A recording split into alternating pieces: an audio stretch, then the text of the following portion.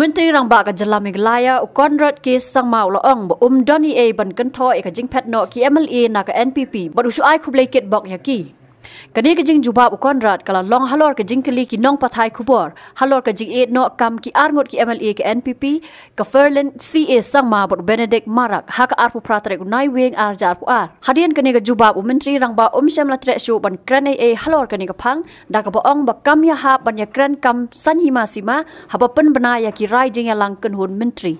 It happens in politics. It happens in many parties. It happens to many MLAs. And they have taken their decisions. So I have nothing to say about it. I wish them the very best. And, and they can contest in any political party that they wish. And as per my party, then we'll move forward in whatever way necessary and we'll prepare for the elections.